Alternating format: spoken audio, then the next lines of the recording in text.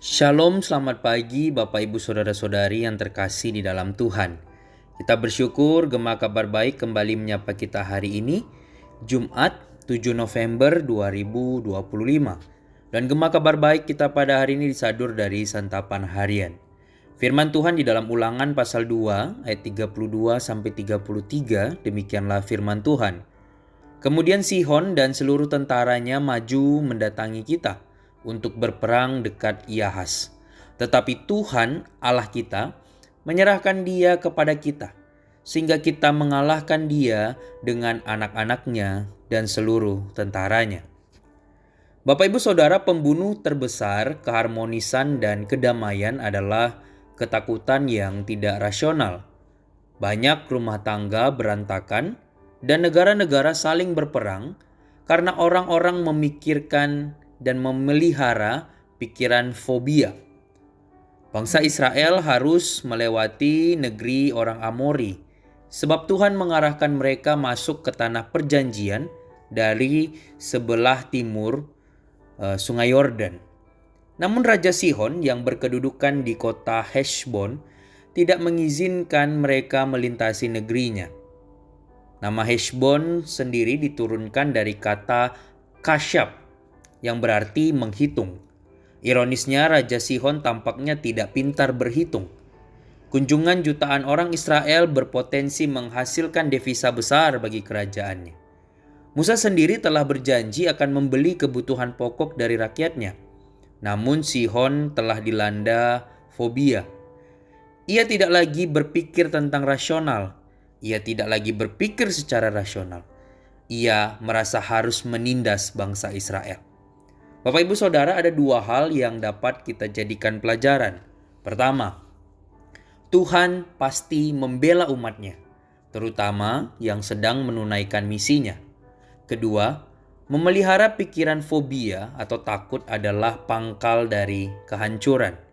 Seperti Sihon, banyak orang Kristen memelihara ketakutan-ketakutan yang tidak rasional.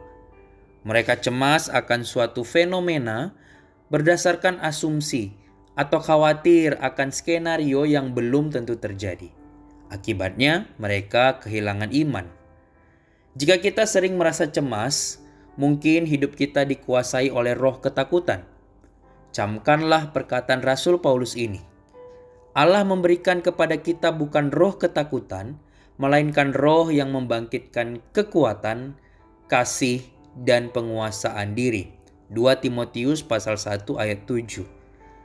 Apakah kita mau seumur hidup dikuasai pikiran fobia? Tentu saja tidak, bukan?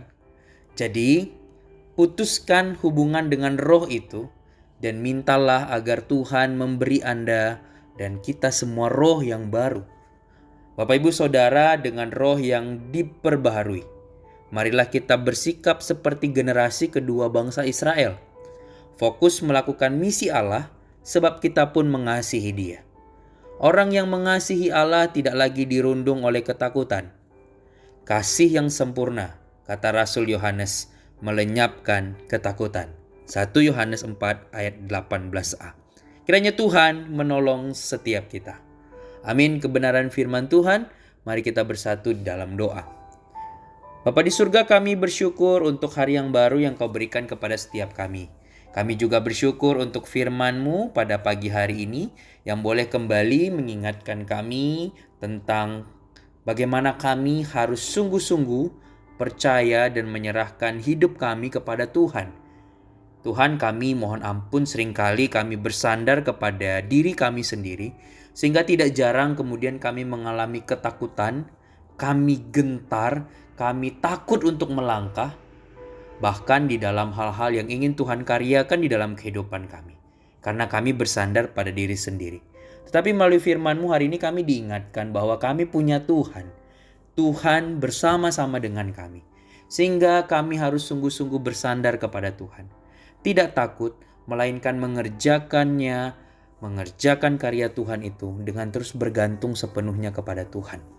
Tuhan, tolong kami tidak lagi mengandalkan diri sendiri, tidak lagi mengandalkan kekuatan sendiri, tetapi mengandalkan Tuhan saja. Dan kami rindu Tuhan, biarlah Engkau yang boleh menolong kami, supaya kemudian kami terus dikuatkan, kami terus ditopang oleh Tuhan saja. Kami bersyukur dan kami menyerahkan kegiatan kami sepanjang hari ini. Engkau pimpin dan berkati kami, terus hidup memuliakan Engkau, dan pakai kami menjadi berkat bagi orang-orang di sekitar kami. Terima kasih Tuhan. Ini doa kami di dalam nama Tuhan Yesus Kristus, Tuhan dan Juru Selamat kami yang hidup, kami berdoa dan bersyukur. Amin. Selamat pagi Bapak Ibu Saudara semua. Selamat beraktivitas, tetap jaga kesehatan. Selamat menjadi berkat. Tuhan Yesus memberkati orang semua. Shalom.